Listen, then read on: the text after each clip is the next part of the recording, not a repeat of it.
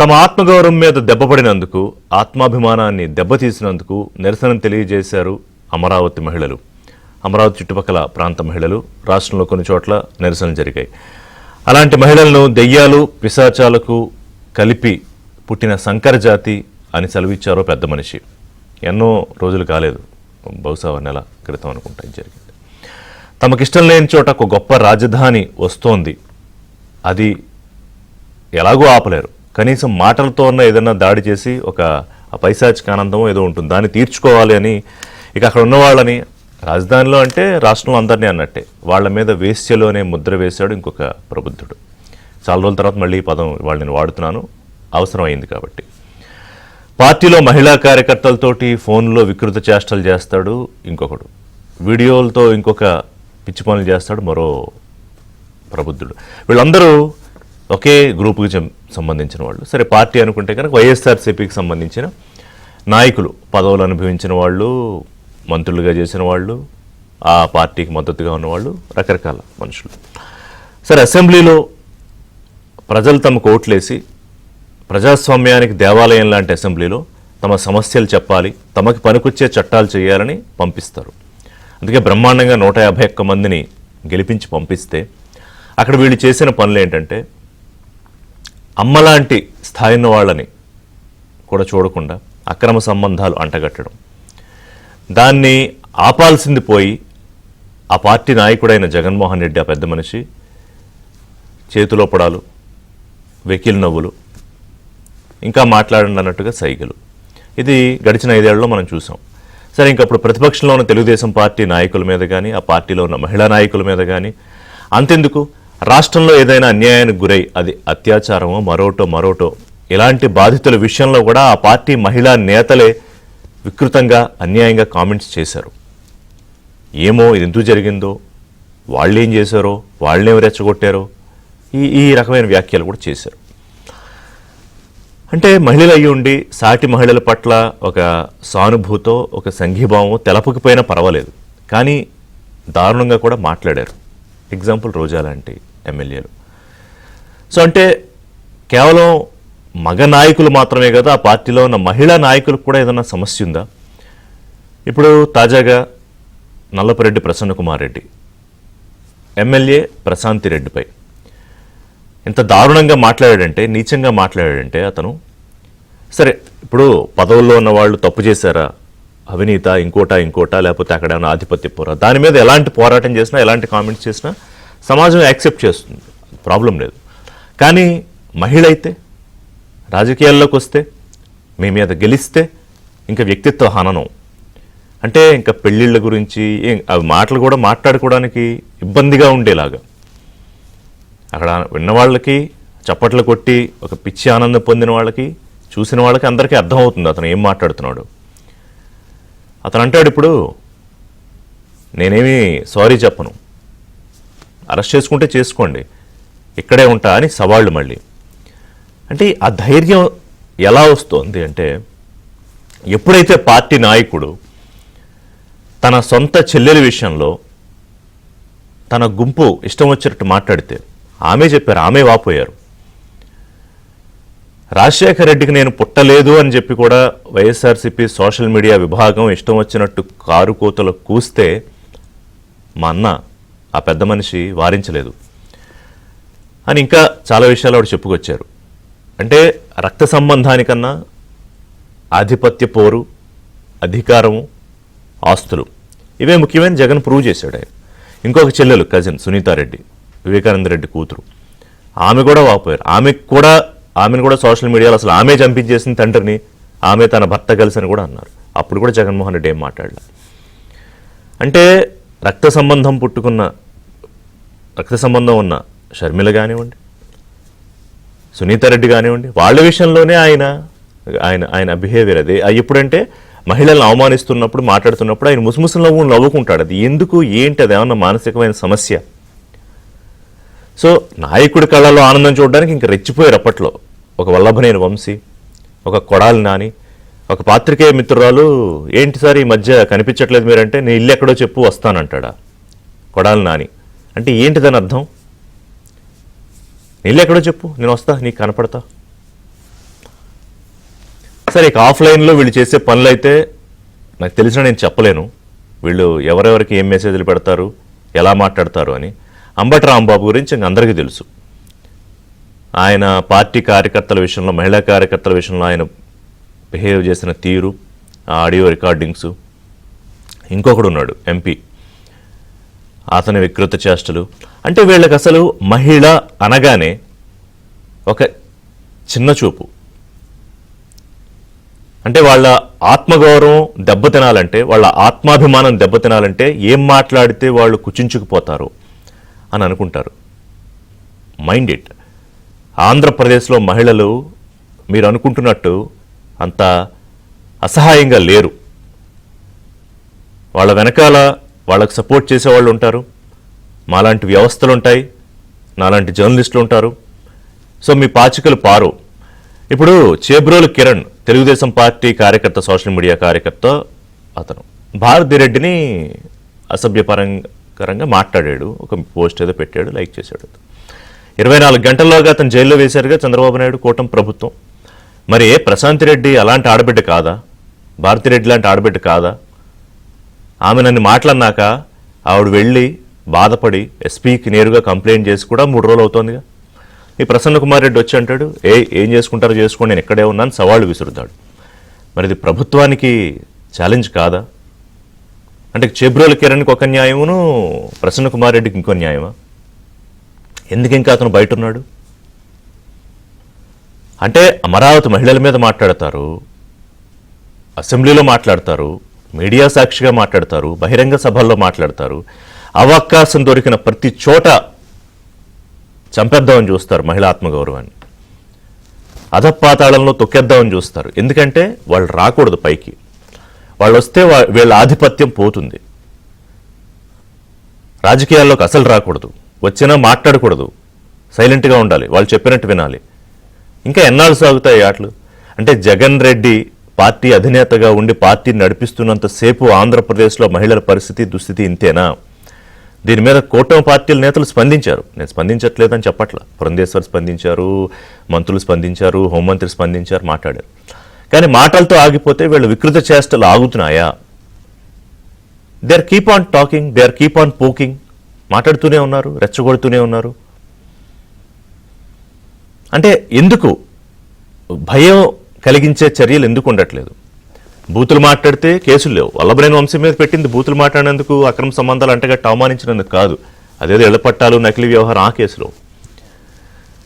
సరే, ఆ కృష్ణరాజు అనేవాడు ఇంకా ఎవిడెన్షియల్గా దొరికిపోయాడు కాబట్టి, ఆంధ్రప్రదేశ్లో మహిళలందరికీ అర్థం వచ్చేలాగా మాట్లాడాడు కాబట్టి కేసులుగా వెళ్ళాడు, బయటకు వచ్చాడు మళ్ళీ మామూలు. ఇంకో ఆయన పెద్ద మనిషి, ఇంకో జర్నలిస్ట్ కూడా అదే రీతిలో వెళ్ళారు, బయటకు వచ్చారు. మిగతా వాళ్ళందరూ రెచ్చిపోవడానికి ఇదొక అసరగా మారింది. ఆయనే జగనే చెప్తున్నాడుగా, మీరు మీ ఫోన్లని సోషల్ మీడియాలో గన్లుగా మార్చండి అంటే. గన్లు ఎందుకు? గన్ అంటే దేనికి? ఆత్మరక్షణ కోసం పెట్టుకుంటారు, లేదా అవతలని చంపేయడానికి పెట్టుకుంటారు. కత్తులతో వేరంగా వాడినా కూడా మీరు వాళ్ళని సమర్థించి సోషల్ మీడియాలో ఫోన్లను గన్లుగా మార్చుకోండి అని చెప్పి, ఎవరు వాళ్ళు సోషల్ మీడియా మీద దాడులు చేస్తున్నారు? మీ చెల్లెల మీద, మీ బాబాయ్ కూతురు మీద, ఇంకా మహిళా నాయకుల మీద. అంటే వాళ్ళకి మీరు ఏం నేర్పిస్తున్నారు? ఇలాంటి ఒక అరాచక రాజ్యంలో, అరాచక రాజ్యానికి మీరు రాజుగా ఉండి ఈ కాలకేయులు లాంటి రాక్షసుల్ని ఉసిగొల్పి ప్రపంచం మీదకి ఉన్మాదుల్లా రెచ్చగొట్టి, సార్ రోడ్ల మీద జరిగే తతంగాలంతా నేను చూసాను ఎట్లాగూ ఆ బంగారు పాళ్యంలో.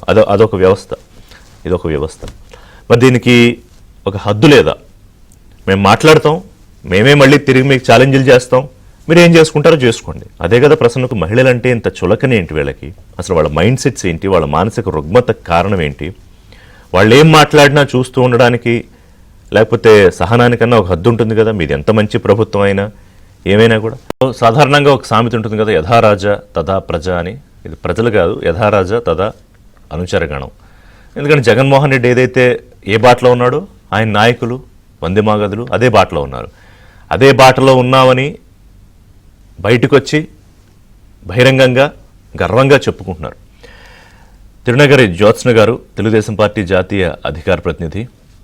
కీర్తన్ గారు, జనసేన పార్టీ అధికార ప్రతినిధి, ముప్పాళ్ళ సుబ్బారావు గారు, ప్రముఖ న్యాయవాది. నమస్కారం అండి అందరికీ. జ్యోత్స్న గారు, నేను చెప్పినట్టుగా ఇంట్రోలో మీరు వినుంటారు కదా, అంటే వీళ్ళ మానసిక పరిస్థితి, దాన్ని పరిస్థితి అనాలా, రుగ్మత అనాలా, లేకపోతే కావాలని చేసే వ్యవహారమా? ఇలా చేస్తూ ఉంటే మరి తెలుగుదేశం పార్టీ కార్యకర్త చేసినప్పుడు తప్పే, ఎవరు చేసినా, అది నేను చేసినా, ఇంకొకరు చేసినా, ఎవరు చేసినా చర్యలు తీసుకోవాల్సిందే. మరి అతన్ని 24 గంటల్లో జైల్లో పెట్టారుగా. ఇతని వాళ్ళ మళ్ళీ ఛాలెంజ్ చేస్తున్నాడు. నేను చెన్నై వెళ్ళాను, హాస్పిటల్కి పారిపోయాను అనుకుంటున్నారా, ఇక్కడే ఉంటా, ఏం చేసుకుంటారో చేసుకోండి అని. సారీ చెప్పలేదు, ఏం చెప్పలేదు, అదే వ్యాఖ్యలకు కట్టుబడి ఉన్నానన్నాడు. అతను ఎంత నీచంగా, ఎంత మురికి వాగుడు వాగాడో మనందరూ చూసాం. జ్యోత్స్న గారు, రిషి గారు, ముందుగా మీకు ప్యానెల్ ఉన్నటువంటి పెద్దలకి, ప్రేక్షకులకి నా నమస్కారాలు. ఇది ముందరగా అయితే ఒక విషయం చెప్తానండి, ఇతనికి శిక్ష పడుతుంది, అది రాసి పెట్టుకోండి మీరు. ఖచ్చితంగా ఇవాళ రేపు I think it's just matter of time, 1-2 days అంతే. ఎందుకంటే తప్పు చేశారు కాబట్టి, ఎవరు తప్పు చేసినా శిక్షించాల్సినటువంటి బాధ్యత ప్రభుత్వంగా మా మీద ఉంది కాబట్టి మేము అదే చేస్తాం. కాకపోతే ఇక్కడ mind set of the people అనేటువంటి చాలా ఇంపార్టెంట్ అండి. ఎందుకంటే ఇప్పుడు రాజకీయాల్లో పురుషులు ఉంటే ఇబ్బంది లేదు, రాజకీయాల్లో పురుషులు ఏం చేసినా ఇబ్బంది ఉండదు. ఇన్ టర్మ్స్ ఆఫ్ వాళ్ళు ఏమంటారు అని అంటే, ఏం మాట్లాడినా దానికి ఏమి ఒక రాంగ్ నోషన్ తీసుకోవడానికి ఏమీ ఉండదుట. రాజకీయాల్లో ప్రశాంతి రెడ్డి గారు లాంటి విమెన్, నేను ఎందుకు చెప్తున్నానంటే, తను మొన్న ఏమన్నారు, రాజకీయంగా తన మీద ఒక విమర్శ చేశారు, ప్రసన్న కుమార్ రెడ్డి మీద రాజకీయంగా విమర్శ చేశారు. దమ్మున్నోడైతే ప్రసన్న కుమార్ రెడ్డి రాజకీయంగా విమర్శ చేయాలి. మళ్ళా ఆవిడ ఆయన ఏమన్నారు, నువ్వు కరప్షన్ చేశావన్నారు. నువ్వు నిజంగా కూడా అదే ప్రూవ్ చేయదలుచుకుంటే, ఆవిడ ఏదైనా కరప్షన్ చేశారనో, లేకపోతే ఆవిడ ఎవరైనా ఇబ్బంది పెట్టారనో, ఇంకోటి చేశారనో అలా మాట్లాడు, తప్పలేదు. రాజకీయంగా నువ్వు ఏం మాట్లాడినా కూడా ఎవరు ఏమన్నారు. కానీ మహిళ కాబట్టి ఈ విషయం చాలా క్లియర్ గా చెప్తున్నాను రిషి గారు, ఇది ఒక ప్రసన్న కుమార్ రెడ్డికే ఉన్నటువంటి జాడ్యం కాదు, రోగం కాదు. చాలా మంది పురుషులకి సమాజంలో ఉన్నటువంటి ఒక దరిద్రపు రోగం. ఏం రోగం అని అంటే, మహిళల్ని చిన్న చూపు చూడడం, మహిళల్ని మేము ఏమన్నా సరే నడిచిపోతుంది అనుకోండి. Normalising verbal abuse against women, normalising అనమాట. ఇది వర్బల్ అబ్యూజ్ ఇళ్లలో దగ్గర నుంచి స్టార్ట్ అవుతుంది. అది అయినా సరే దానికి ఒక నార్మలైజేషన్ అనేటువంటి ఒక ఫండా తీసుకొచ్చేసాం అనమాట. ఇవాళ ఈ వ్యక్తి మాట్లాడినప్పుడు, ఆ వ్యక్తి ఏ పార్టీలో అయితే ఉన్నాడో ఆ పార్టీ అధినేత దాన్ని ఖండించాలా లేదా? ఖండించలేదు, పైగా ఫోన్ చేసి పరామర్శించేట ఆయన. నేను దానికే వస్తున్నా. ఫోన్ చేసి పరామర్శించాడు అని మనం అనుకుంటున్నాం, ఫోన్ చేసి షబ్బాష్ అని అన్నాడని నేను అంటున్నా. అవునా? ఫోన్ చేసి షబ్బాష్ ప్రసన్న కుమార్ రెడ్డి, నేను చూస్తుంటే చాలా గర్వంగా ఉంది నాకు, ఇలా ఆడవాళ్ళని తిట్టగలిగావంటే నువ్వు చాలా చాలా చాలా ఏమంటారంటే ఎఫిషియంట్, నన్ను మించిపోయా ప్రసన్న కుమార్ రెడ్డి నువ్వు. నేను ఎలా అయితే నా చెల్లెల్ని అన్నానో, నేను ఎలా అయితే నా చెల్లెల్ని అనిపించానో, నువ్వు నాకన్నా 2 ఆకులు ఎక్కువ నువ్వే అన్నావు డైరెక్ట్ గా. నేను నా చెల్లెల్ని కనీసం పక్క వాళ్ళతో అనిపించాను, తిట్లు తినిపించాను. మీ అధినేత పార్టీలో వాళ్ళకి క్లాసులు పీకారు, మంత్రులకు కూడా. మన పార్టీ ఎమ్మెల్యే అలా అంటే మీరందరూ ఏంటి కామ్ గా ఉన్నారు, ఇదేనా ఒకరిద్దరు మాట్లాడవేనా అని చెప్పి. నేను ఒక విషయం చెప్తానండి, ఇవాళ తెలుగుదేశం పార్టీలో మహిళా నాయకత్వాన్ని మీరు చూస్తున్నారు, మహిళలు ఏ స్థానాల్లో ఉన్నారో మీరు చూస్తున్నారు. అధికార ప్రతినిధుల దగ్గర నుంచి, మంత్రుల దగ్గర నుంచి, నియోజకవర్గ ఇన్ఛార్జీల దగ్గర నుంచి, ఎంపీలుగా, ఎమ్మెల్సీలుగా వి హావ్ ఎ వైడ్ ఏమంటారంటే లీడర్షిప్. అలాంటి పరిస్థితుల్లో ప్రతి ఒక్క మహిళ ఇవాళ రోజున చాలా స్ట్రాంగ్ గా తనకి ఇచ్చినటువంటి బాధ్యతను నెరవేరుస్తున్నారు. ఎవరైనా మహిళల పట్ల అసభ్యకరంగా మాట్లాడితే, అది ఎవరైనా సరే, ఏ పార్టీ వాడైనా సరే, మాకు ఇక్కడేమి ఎవరి మీద ఏమంటారంటే స్పెషల్ ఎఫినిటీ ఉండదు, స్పెషల్ కోపం ఉండదండి. ఎవడు మహిళలకు అగేన్స్ట్ గా మాట్లాడినా సరే వాడిని తిడతాం మేము. అది ఎందుకు అంటే అది సంస్కారం, మేము నేర్చుకున్నటువంటి సంస్కారం. అది ఎవ్వరు మాట్లాడినా సరే తిట్టాల్సిందే, ఎవరు మాట్లాడినా సరే దాని వలన ఖండించాల్సిందే. ఇప్పుడు మొన్న చంద్రబాబు నాయుడు గారు మాట్లాడింది, ఆయన ఏం చేశారు, ఒక సమాజంలో జరిగినటువంటి ఒక ఘటన మీద స్పందించారు. ఒక పార్టీ అధినేతగా, ఒక తండ్రిగా స్పందించారు. ఇది తప్పు కదా, ఇలా మాట్లాడినప్పుడు మనం ఎవరైనా సరే రెస్పాండ్ అవ్వాలి కదా అనే మాట మాట్లాడారు. మరి జగన్మోహన్ రెడ్డి ఏమైపోయాడు? జగన్మోహన్ రెడ్డి ఎందుకు మాట్లాడలేకపోయాడు? జగన్మోహన్ రెడ్డిని ఎవరు ఆపారు? కానీ మీకు ఇక్కడ అర్థం కాని విషయం ఒకటి చెప్తాను రిషి గారు, అందరూ కూడా జగన్మోహన్ రెడ్డి ఎందుకో మాట్లాడలేదు అంటారు. కానీ మీరు ఒక విషయం ఏం అర్థం చేసుకోవాలంటే, జగన్మోహన్ రెడ్డి ప్రసన్న కుమార్ రెడ్డి చేసిన దానికి చాలా ఆనందపడ్డాడు. నేను కూడా, ఎందుకంటే షర్మిలను తను ఎప్పుడు అనలేదు డైరెక్ట్ గా, తన వాళ్ళ చేత అనిపించాడు, బూతులు తిట్టించాడు, పుట్టుక గురించి కూడా మాట్లాడిచ్చాడు. సో నేను చేయలేనటువంటి పని కూడా ఇవాళ రోజున ప్రసన్న కుమార్ రెడ్డి చేస్తున్నాడు కదా అనేటువంటి ఒక పైశాచిక ఆనందంలో ఉన్నాడు ఇవాళ జగన్మోహన్ రెడ్డి. అందుకే మీరు గమనించండి, ఆ రోజున కిరణ్ మాట్లాడినప్పుడు పొలోమంటూ బయటకు వచ్చినటువంటి మహిళా నాయకురాలు ఎవరన్నా ఇవాళ మీకు కనపడుతున్నారా? లేదు. వరదు కళ్యాణి దగ్గర నుంచి ఒక ఆవిడ ఉంటుంది, యాంకర్ ఎవరో ఉంటుంది ఆవిడ, అలానే ఈ రోజా, లేకపోతే ఇంకా కొంతమంది ఎవరన్నా ఈ 3-4 రోజుల నుంచి మీకు కనిపించారా? వినిపించాయా వాళ్ళ మాటలు ఏమన్నా? అంటే భారతీరెడ్డి ఒక్కతే మహిళ, లోకంలో భారతీరెడ్డి ఒక్కతే మహిళ, ఇంకెవరినన్నా కూడా వాళ్ళు పట్టించుకోరా? ఇక్కడ సమాజంగా మహిళలుగా మనం రెస్పాండ్ అవ్వాల్సినటువంటి అవసరం ఉంది కదా. ఇంకోటి, ఈ జాడ్యం ఏంటి అని మీరు అడుగుతున్నారు కదా, ఈ రోగం అనేటువంటిది ఒక మానసిక రోగం అండి. మహిళల్ని చిన్న చూపు చూడడం, మహిళల్ని ఏదో ఒకటి అంటూనే ఉండడం, మహిళల్ని ఎదగనీయకుండా ఆపడం, మహిళల్ని ఏ ఫీల్డ్ లో ఉన్నా సరే వాళ్ళని తొక్కి పెట్టి అణగబెట్టి చూడాలి అనేటువంటి ఒక ఆలోచనతో ఉండడం అనేటువంటిది ఒక మానసిక రుగ్మత. That is a psychological disorder, mental disorder. అది జగన్మోహన్ రెడ్డి నుంచి ఆ పార్టీలో ఉన్నటువంటి ప్రతి ఒక్కరికి అది ఉంది. అందుకే కదా కొడాలి నాన్న అంటే లాంటి వాళ్ళు ఏ విధమైనటువంటి భాష మాట్లాడారో ఆ రోజు చూసాము. వల్లభనేని వంశీ లాంటి వాళ్ళు ఏ భాష మాట్లాడారో చూసాము. అంబటి రాంబాబు ఏ మాట మాట్లాడతారో చూసాము. అలానే ఆ పార్టీలో ఉన్నటువంటి మహిళలు కూడా ఎలాంటి మాటలు మాట్లాడతారో చూసాము. మహిళలే మహిళల్ని కించపరిచేటువంటి ఘటనలు చూసాం మనం. మహిళల్ని అవమానిస్తూ మాట్లాడేటువంటి ఘటనలు చూసాము. సో నాకు తెలిసి వాళ్ళ ఇళ్లలో కూడా ఇలానే ఉంటారేమోనండి. ఐ సీరియస్లీ డౌట్ వాళ్ళ ఇళ్లలో కూడా వాళ్ళ ఇంట్లో ఉన్నటువంటి తల్లిని, చెల్లిని, కూతుర్ని వాళ్ళు ఇలానే ఈ రకంగానే డిమాండ్ చేస్తూ ఉంటారు, ఇన్సల్ట్ చేస్తూ ఉంటారు. సో అది సమాజంలో ఉన్నటువంటి రుగ్మత, వాళ్ళకి సంబంధించినటువంటి ఒక రుగ్మత. It is a disease. They need to be treated for this disease. ఇలాంటి రోగం ఎవరికున్నా సరే వాడిని ట్రీట్ చేయాల్సినటువంటి అవసరం ఉంది. ఇప్పుడు కమెంట్ యువర్ పాయింట్ రిషి గారు. నేను ఎక్కడా కూడా క్వశ్చన్ అవాయిడ్ చేయను, అది మీకు తెలుసు. చేబ్రోల్ కిరణ్ మీద మీరు వెంటనే చర్యలు తీసుకున్నారండి, ఇతని మీద మీరు ఎందుకు చర్యలు తీసుకోవట్లేదు, ఇతను ఎందుకు అరెస్ట్ చేయట్లేదు అనేటువంటి ఒక క్వశ్చన్ ఒక జర్నలిస్ట్ నేను దట్స్ వాట్ ఐమ్ సేయింగ్ అండి. ఒక బాధ్యతాయుతమైనటువంటి జర్నలిస్ట్ గా మీరు ఆ ప్రశ్న అడిగారు. నేను అధికార ప్రతినిధిగా మీకు సమాధానం చెప్పాల్సినటువంటి అవసరం ఉందండి. ప్రజలకు మీరు సమాధానం చెప్పాల్సినటువంటి అవసరం ఉంది. ఇమ్మీడియట్ గా ఆ రోజున ఘటన జరిగిన వెంటనే ఎప్పుడైతే ఒక కంప్లైంట్ వచ్చిందో ఎస్పీ గారికి ప్రశాంత్ రెడ్డి గారు వెళ్లి కంప్లైంట్ ఇచ్చారు. ఆ కంప్లైంట్ తీసుకోవడం జరిగింది, ఆ కంప్లైంట్ ని లాడ్జ్ చేశారు. ఆ కంప్లైంట్ కి సంబంధించి ఇన్వెస్టిగేషన్ చేసి నాకు తెలిసి it is just matter of time Rishi గారు. మళ్ళీ అతను అరెస్ట్ అయిన తర్వాత, మళ్ళీ అతని మీద ఒక చర్య తీసుకున్న తర్వాత దయచేసి మీరే మమ్మల్ని డిబేట్ కి పిలుస్తారు. ఆ రోజు మీకు చెప్తాను కూడా నేను. I think it's not more than 1 or 2 days. కానీ ఒకటి చెప్తున్నాను, మీ ఛానల్ సాక్షిగా చెప్తున్నాను, అతనికి ఖచ్చితంగా శిక్ష పడుతుంది. సుబ్బారావు గారు, ఇప్పుడు ఇవాళ ప్రసన్న కుమార్ రెడ్డి, ఇంతకు ముందు అనేక మంది నాయకులు సోకాళ్ళు ఇప్పుడు మనం మాట్లాడుకున్న వాళ్ళు, వీళ్ళకి ఏమిటి ధైర్యం అంటే మనకొక చట్టం ఉంది, దాని ప్రకారం ఎవరిని అబ్యూజ్ చేయకూడదు, అసలు ఒక 10 సెకండ్ల కన్నా ఎక్కువ చూస్తేనే దానికి కూడా కొన్ని కేసులు ఉన్నాయి. అలాంటిది ఇష్టం వచ్చినట్టు మాట్లాడి వాళ్ళ ఆత్మగౌరవాన్ని, ఆత్మాభిమానాన్ని దెబ్బతీసేసి అక్రమ సంబంధాలు అంటగట్టేస్తే చర్యలు, కేసులు, శిక్షలు, అరెస్టులు ఉండవా? సరే, ఇప్పుడు జ్యోత్సన్ గారు చెప్పారు, definitely will wait for that. ఆయన సవాల్ విసిరాడు కదా రాత్రి, చూద్దాం మరి పోలీసులు దాన్ని ఎంత సీరియస్గా తీసుకుంటారు, గవర్నమెంట్ ఎంత సీరియస్గా తీసుకుందో చూద్దాం. నేనేమి చేయరని అనట్లా. కానీ ఓవరాల్గా వీళ్ళు మాట్లాడింది సరే, ప్రభుత్వంలో ఉన్నప్పుడు అంటే వాళ్ళు అధికారంలో ఉన్నారు, వాళ్ళు నడిపించిందే రాజ్యాంగం అయింది. మరి ఇవాళ ఏడాది అయిందిగా ప్రతిపక్షంలోకి 151 సీట్ల నుంచి కింద పడేశారుగా. అదే మహిళా మణులు, అదే తల్లులు. ఆయన వాపోయాడుగా, అయ్యో నాకు ఇట్ట చేశారు, అట్ట చేశారు అక్క చెల్లెమ్మలని. ఎందుకే చేశారు మరి? ఎట్లా సార్? ఏం చెప్తోంది న్యాయాలు, ఏం చెప్తున్నాయి చట్టాలు, ఏం చెప్తున్నాయి? ఒకటండి, గతంలో అధికార అహంతో హద్దులు దాటి మహిళల పట్ల వ్యవహరించిన తీరును మనం చూసాం.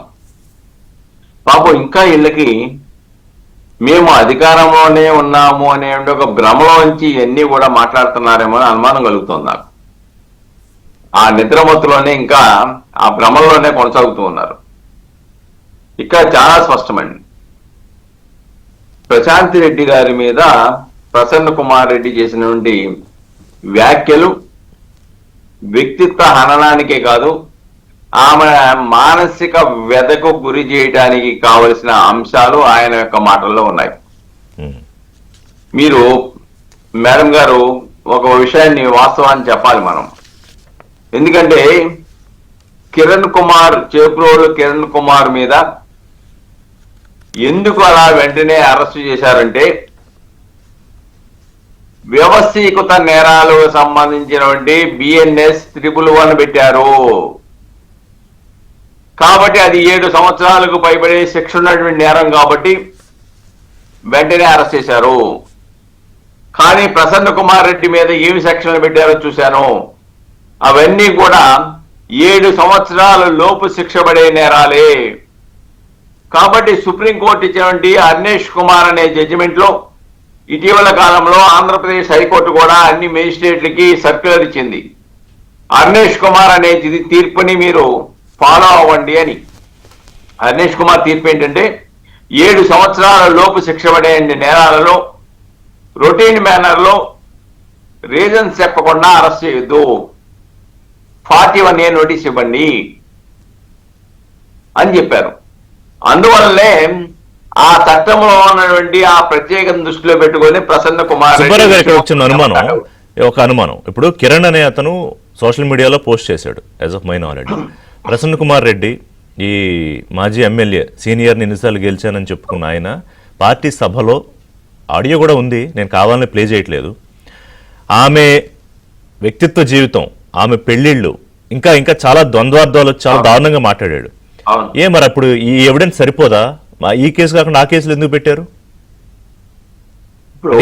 ఎవరు ప్రొటెక్ట్ చేయాలని చూస్తున్నారు ప్రసన్న కుమార్ రెడ్డిని? ఇప్పుడు అదే అండి, పోలీసుల యొక్క వ్యవహార శైలిని ఇక్కడ ప్రశ్నించాలి.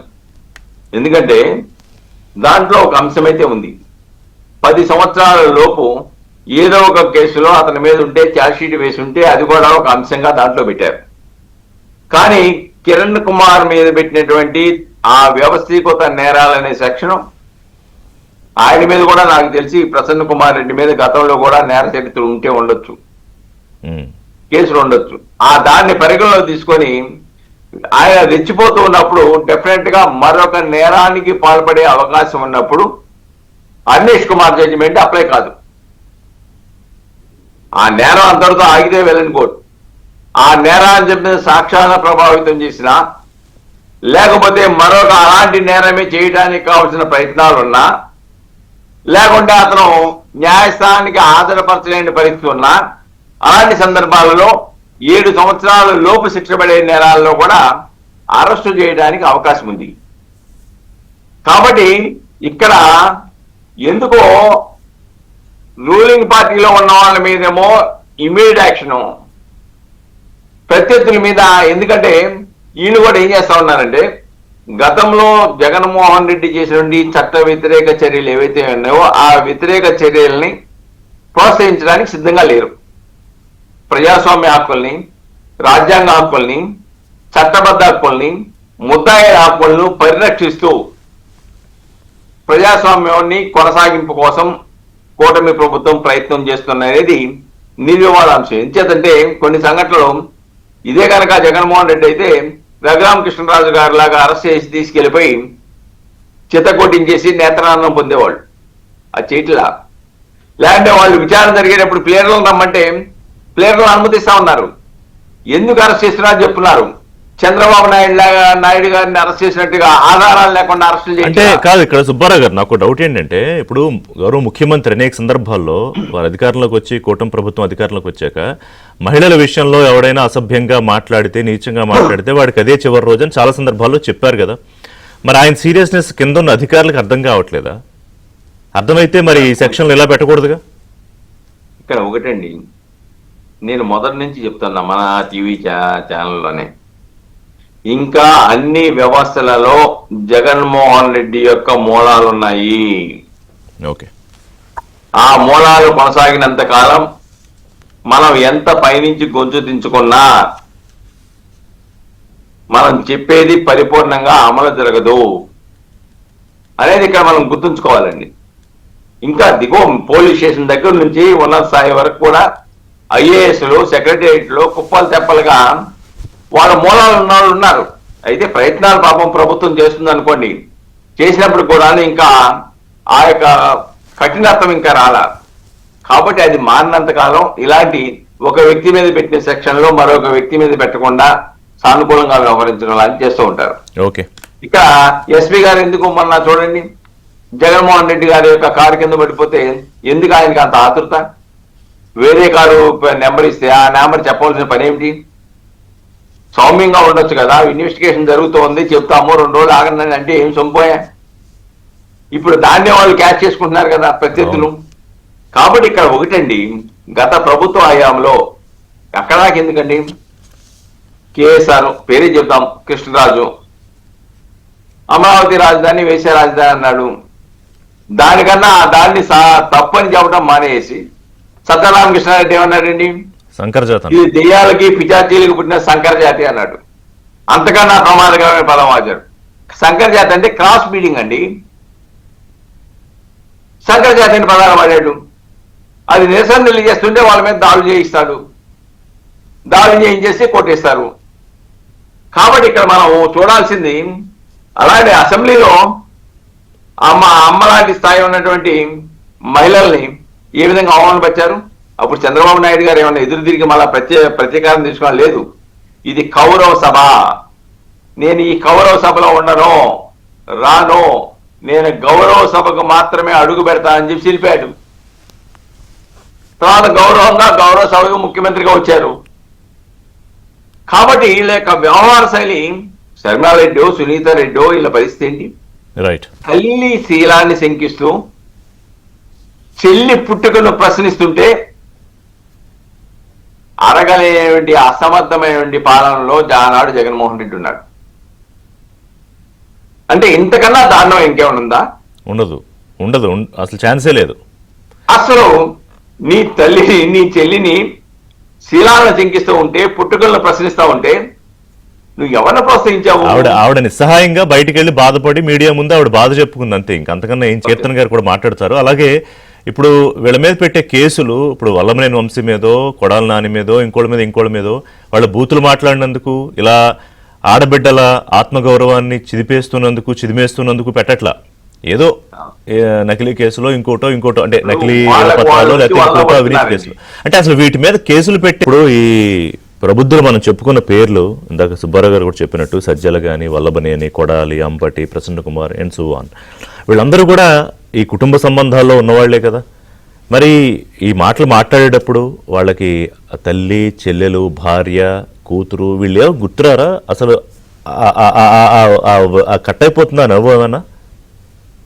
ముందుగా మీకు అలాగే ఏబిఎన్ వీక్షకులకి ప్యానల్ పెద్దలు నమస్కారం. నమస్కారం. సంస్కారం ఉన్న వాళ్ళ దగ్గర సంస్కారం ఎక్స్పెక్ట్ చేయొచ్చు, కానీ రాజకీయానికి ఇలాంటి మాటలు అంటేనే రాజకీయంగా మహిళలు ఒక మెట్టు అలా వెనక్కి వెళ్తారు అనే ఒక్క థింకింగ్ తో ముందుకెళ్లే వీళ్ళకి మీకు సంస్కారం అనే పాయింట్ అసలు అర్థం కాదు. కేవలం మేము కూడా మీకు అర్థమయ్యే విధంగా ఒకసారి చెప్పాలని చూస్తాం. గత ప్రభుత్వంలో మనం చూస్తే భారతిరెడ్డి గారి పైన ఏదో సోషల్ మీడియాలో చిన్న మాట ఏదో అన్నారు సార్ ఆవిడ, అంతే. వెంటనే వాసిరెడ్డి పద్మ గారు రియాక్ట్ అయిపోయారు, హోమ్ మినిస్టర్ గారు రియాక్ట్ అయిపోయారు, హఠాహుటిన వేటాడు మరి అట్లాంటి అకౌంట్స్ అన్నిటినీ వీళ్ళు అరెస్ట్ చేశారు. అంటే ఆవిడొక్కరే మహిళామూర్తి అయినట్టు, ఆవిడకొట్టే ఆత్మగౌరవం ఉన్నట్టు, ఆ కుటుంబానికి పరువు ప్రతిష్టలు ఉన్నట్టు ఆ రోజు వీళ్ళు తీసుకొని వెళ్ళారు. ఆ ప్రొజెక్షన్ అలా ఉంది. అంటే మిగతా మహిళలు కాదు, ఓకే మిగతా మహిళలు కూడా పక్కన పెడతాం, నీ చెల్లి గురించి మీ భారతిరెడ్డి గారికి అది సన్నిహితులైన వర్రారెడ్డి గారు ఆమె పుట్టుకని క్వశ్చన్ చేస్తూ ఆవిడని, ఆవిడ తల్లి గారు విజయమ్మ గారిని కూడా చాలా నీచాతిరీచంగా, మనం కూడా అనలేము అట్లాంటి మాటలు, తన సొంత క్యారెక్టర్ చేత అనిపించింది. మనకి సంస్కారం ఉంది కాబట్టి నాకు బయట కూడా ప్లే చేయాలనిపించలేదు, అందుకే మ్యూట్ లోనే అతను విజువల్ ప్లే చేశా. అంటే సొంత చెల్లిపైనే నీ సోషల్ మీడియా బింగే అన్ని పాటలు అంటుంటే ఇంకొకరైతే ఎలా రియాక్ట్ అవుతారు? ఇప్పుడు మా ఇళ్లలో ఎవరన్నా అంటే మేము ఎలా రియాక్ట్ అవుతాం, కానీ ఆయన రియాక్ట్ అవ్వకుండా ఆయన ఇప్పటికి కూడా ఏమంటున్నారు, ఒక రాజకీయం చేస్తున్నాం అంటే ఒక కుటుంబంలో ఒకరే రావాలి, ఇద్దరు ఎలా వస్తారు? వస్తే ఇలాంటివి జరుగుతాయి. ఆవిడ చంద్రబాబు నాయుడు గారు మాయలో ఉన్నారు, ఇలా ఆమె పసుపు చీర కట్టుకొని వస్తే ఆ పార్టీ కోసం కట్టుకొని వచ్చారు. ఈయననే ఇలా మాట్లాడుతుంటే ఇది చేయించింది కూడా ఈయన అనేది ఖచ్చితంగా అర్థమవుతుంది. సో ఇటువంటివన్నీ మనం గమనిస్తున్నాం. అంటే అధికారంలో లేనప్పుడు ఇలాంటి ప్రవర్తన, అధికారంలో ఉన్నప్పుడు అలాంటి ప్రవర్తన. అంటే ఎక్కడ కూడా నీకు మహిళల పట్ల ఒక 1% అన్న నువ్వు ఆలోచించి డెసిషన్స్ తీసుకుంటావేమో, నీ వాళ్ళకి సంస్కారం నేర్పిస్తావేమో అంటే అలాంటిది ఉంటూనే ఉంది. ఆయన ఇంతవరకు ఎవరినైనా మహిళల్ని దూషించిన వాళ్ళను, లేదా మహిళలతో వేరే తప్పుగా బిహేవ్ చేసిన వాళ్ళకు ఎక్కడ కూడా ఒక చిన్నపాటి ఆర్డర్స్ ఇచ్చి వాళ్ళని క్రమశిక్షణ అసలు ఉండదు కూడా. డోర్ డెలివరీ చేసిన వాళ్ళకే శావాలు కప్పుతున్నాడు అంటే అతని దగ్గర మేము సంస్కారం ఎక్స్పెక్ట్ చేయట్లేదు. కానీ మా బాధ ఏంటంటే ఇప్పుడు అధికారంలో ఉన్నప్పుడు నువ్వు అమరావతి కోసం ఫైట్ చేసిన రైతులు, నీకు చాలా ప్రేమ ఏపీ ప్రజలంటే, అందులో అమరావతి కూడా వన్ ఆఫ్ ద క్యాపిటల్ గా నువ్వు ప్రకటించుకొని ఉన్నావు. అటువంటిది అమరావతి రైతుల్ని నీ సాక్షి ఛానల్ ద్వారా అంత నీచాతినీచంగా వాళ్ళని ఒక వేశ్యలుగా చిత్రీకరించి మాట్లాడుతుంటే ఒక్క సింగిల్ స్టేట్మెంట్ ఏ విధంగా నిన్ను ఈ రాష్ట్ర మహిళలు గుర్తు పెట్టుకుంటారు, ఫ్యూచర్ లో ఏ విధంగా నువ్వు వచ్చి ఓటు అడగగలుగుతావు? ఈ రోజు మర్చిపోతారు ఎలా అనుకుంటాం? మా మైండ్లలో ఖచ్చితంగా పడిపోయింది. మాకే ఇంత ఆవేదన ఉందంటే అక్కడ అమరావతి రైతుల్లో ఉంటూ అక్కడ మహిళలు ఎంతో ఫైట్ చేశారు, వాళ్ళని ఒక వేషలుగా చిత్రీకరిస్తే వాళ్ళు ఎలా మర్చిపోతారు? సో ఇంతవరకు చిన్నపాటి ఇంకా దాన్ని కవర్ చేసుకుంటూ ఇంకా సమర్థించే మాటలే మాట్లాడుతున్నాం. ఈ రోజు ప్రశాంత్ రెడ్డి గారి పైన మాటలు, ఆవిడ ఎక్కడైనా ఒక్క విధంగా అయినా మీ గురించి పర్సనల్ గా మాట్లాడింది. అవినీతిలో మీరు పిహెచ్డి చేశారు అని ఒక స్టేట్మెంట్ ఇచ్చింది. అది ఒక రాజకీయ విమర్శ. నేనైనా మీరైనా ఎవరైనా చేయాల్సిన విమర్శ. దాంట్లో తప్పు ఎక్కడుంది?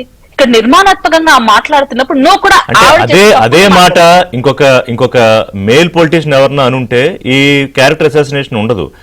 ఆమె మహిళ కాబట్టి అంటే ఎంత దారుణమైన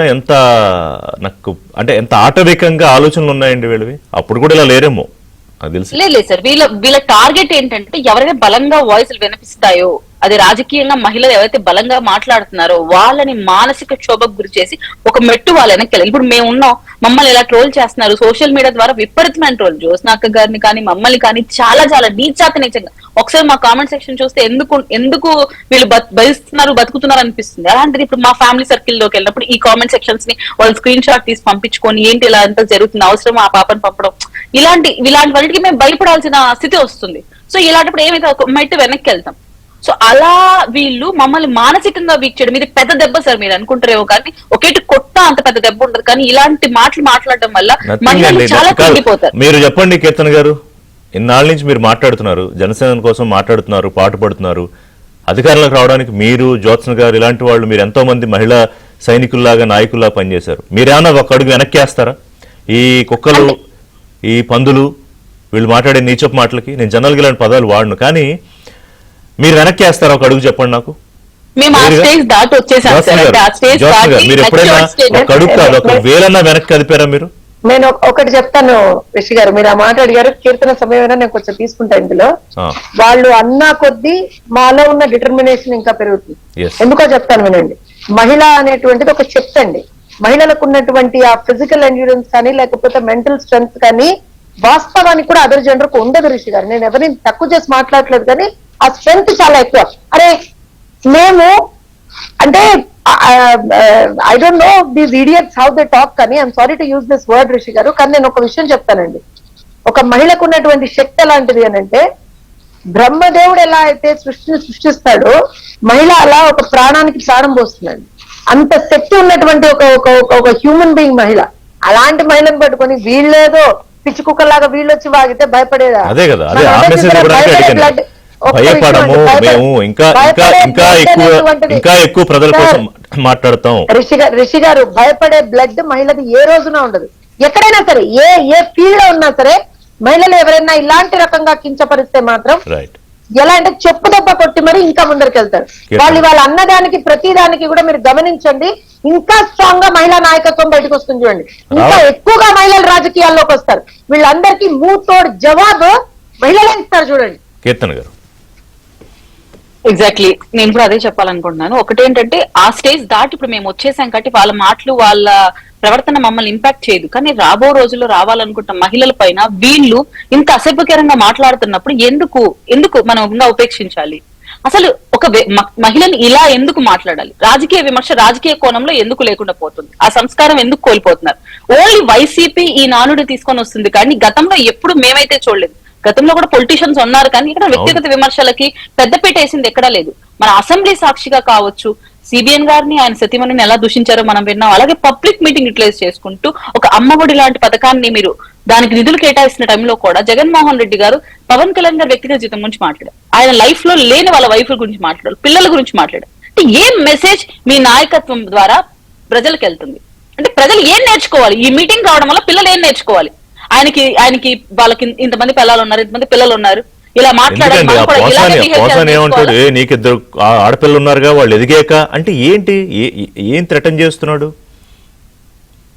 లేదు, చాలా ఘోరంగా న్యాయంగా అనిల్ మాట్లాడారు. గారి అంటే మాటలు కూడా మనం వీళ్ళందరికీ గుర్తు ఆ చేసుకోవాలి. పార్టీలో ఉన్న వాళ్ళకి మరి మీరే ప్రభుత్వం, కూటమి ప్రభుత్వమే వాలంటీర్గా ఒక ప్రోగ్రామ్ తీసుకుని మరి వాళ్ళందరికీ ఒక ప్రాబ్లం ఏమన్నా ఉందేమో టెస్ట్లన్నా చేయిస్తారా, లేకపోతే ఎక్కడికైనా పంపించి కొన్నాళ్ళన్నా ఉంచి అక్కడ ఏమన్నా చేయిస్తారా? ఏదో ఒకటి ఆలోచించకపోతే రేపు పొద్దున వాడు ఏది పడితే అది మాట్లాడతారు, ఎవరు పడితే వాళ్ళు మాట్లాడతారు. ఆడపిల్లని చూడరు, అమ్మలని చూడరు, సాటి సోదరి వయసున్న వాళ్ళని చూడరు. బ్రాండ్ ఆంధ్రప్రదేశ్, బ్రాండ్ చంద్రబాబు, తల్లికి వందనం లాంటి కార్యక్రమాలతో బిడ్డలకి చదువు వచ్చి వాళ్ళు అభ్యున్నతి వస్తే ఆ తల్లికి ఆనందం, అలాగే ఆత్మగౌరవం సమాజంలో. అలాగే మహిళల కోసం చేసే కార్యక్రమాలు, వాళ్ళని నిలబెట్టడానికి మహిళల ఎంపవర్మెంట్ కోసం చేసే కార్యక్రమాలు. మరోవైపు బ్రాండ్ జగన్, అవి ఏంటంటే kill the dignity of women whether they are in politics or not. మహిళల ఆత్మగౌరవాన్ని చంపేయండి. ఇందాక జ్యోత్స్న గారు చెప్పినట్టు నేను ఇంకా పరామర్శకేమో అనుకున్నా, ఒకవేళ బాబు నీ ఆఫీస్ అయిపోయిందా, పాడైపోయిందా, ఏమైంది, తెలుగుదేశం నాయకులు లేకపోతే ఇంకోళ్ళు ఎవరైనా చేశారని కాదు, భేష్ అని చెప్పి చేశాడని, చేసి ఉండొచ్చని జ్యోత్స్న గారు అంటున్నారు. అంటే ఇది అతను నేర్పించే పాఠాలు, ఇవి చంద్రబాబు నేర్పించే పాఠాలు. రాష్ట్ర మహిళలు ఇది గమనించుకుంటున్నారా లేదా? ఇప్పుడు గతంలో ఆయన ఏమంటాడు, నాకు ఇంకా ఇప్పటికీ ఇంత శాతం ఓట్లు ఉన్నాయి, ఇంకా నాకు నేను చేసిన మహిళలు ఎందుకు ఓట్లు లేదంటే ఇప్పుడు వేస్తారా? ఈ ఏడాదిగా రాజధాని మహిళల్ని అంటే అవమానించడం అంటే రాష్ట్రంలో మహిళలను అవమానించడమే, రైతులను అవమానించడం మహిళలు అంటే అందరినీ అవమానించడమే. ఒక ఎమ్మెల్యేని అవమానిస్తే ఆ నియోజకవర్గంలో ఉన్న మహిళలందరినీ అవమానించినట్టే. ఇప్పుడు వేస్తారా ఓట్లు? సుబ్బారావు గారు, సో ఇప్పుడు ఈ బూతుల పంచాంగాలు కావాలని వాంటెడ్గా మాట్లాడే మాటలు, అది మీడియా వాళ్ళు అయినా లేదు, పొలిటీషియన్స్ అయినా లేదు, వాళ్ళకి పెద్ద ఏం తేడాలు ఉండవు, మహిళలతో చాలు అవమానిస్తారు. మరి దానికి ఏం ప్రత్యేకమైన సెక్షన్లు కానీ, ఎందుకంటే ఇప్పటిదాకా ఆ సెక్షన్ల మీద కేసు పెట్టినట్టు లేదు, వల్లభనేని వంశీ కానీ, కొడాలి నాని కానీ, ఇంకొకళ్ళు కానీ. మరి చట్టం ఏం చెప్తోంది? ఇంకా కొంచెం స్ట్రాంగ్గా ఉండాలి తప్ప వీక్గా అయితే ఉండకూడదుగా మహిళల పట్ల మాట్లాడిన విషయాల్లో. అవును, ఇక్కడ ఒకటండి, మారిన చట్ట ప్రకారం అంటే బిఎన్ఎస్ అనే చట్ట ప్రకారం సహజంగా కొన్ని సెక్షన్లు అయితే స్పష్టంగా ఉన్నాయి. ఎందుకంటే స్త్రీ యొక్క గౌరవ మర్యాదలకు భంగం కలిగించే విధంగా ఎవరు ఏ శాసనలు చేసినా, ఏ ప్రకటనలు చేసినా అది బిఎన్ఎస్ సెక్షన్ 74 ప్రకారం 1 సంవత్సరం నుంచి 5 సంవత్సరాల వరకు జైలు శిక్ష వేయవచ్చు. అలాగే లైంగిక సంబంధమైనటువంటి వ్యాఖ్యానాలు చేస్తే అది సెక్షన్ 75 కింద 3 సంవత్సరాలు జరిమానా విధించవచ్చు. అలానే మహిళల యొక్క గౌరవానికి భంగం వాటిల్లే విధంగా ఇష్టానుసారంగా మాట్లాడితే సెక్షన్ 79 ప్రకారం 3 సంవత్సరాలు జైలు శిక్ష, జరిమానా విధించవచ్చు.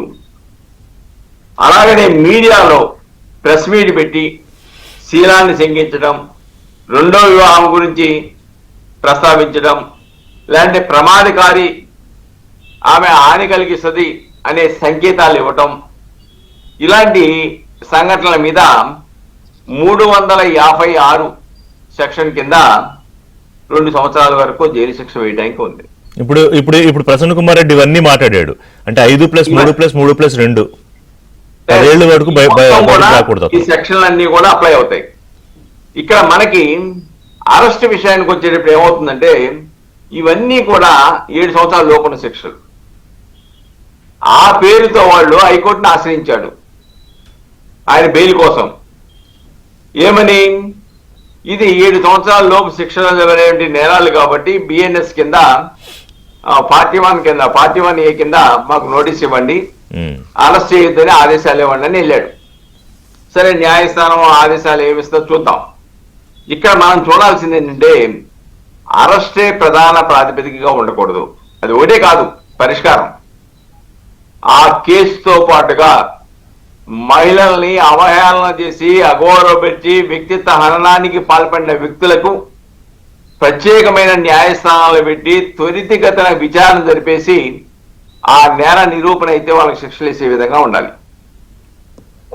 జగన్మోహన్ రెడ్డి లాగా ఆర్థిక నేరాలకు పాల్పడితే 12 సంవత్సరాలు 15 సంవత్సరాలు కేసులు నడిస్తే ఇవి మహిళల మీద జరిగే ఈ వ్యక్తిత్వ హననాన్ని ఆపడం అసాధ్యం. కాబట్టి ప్రభుత్వం కూడా చట్టపరమైన చర్యలు తీసుకోవాలి.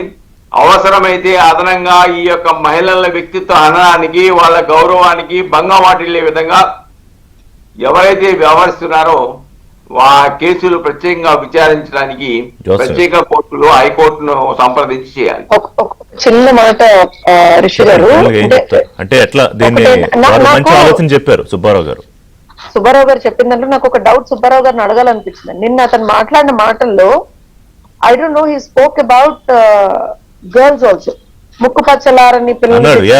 మమ్మల్ని అడిగితే ఏదో ముక్కు పచ్చలారని అమ్మాయిని చూపించి చేసేవాళ్ళం కదా అంటే అది కూడా తప్పే యాక్చువల్లీ.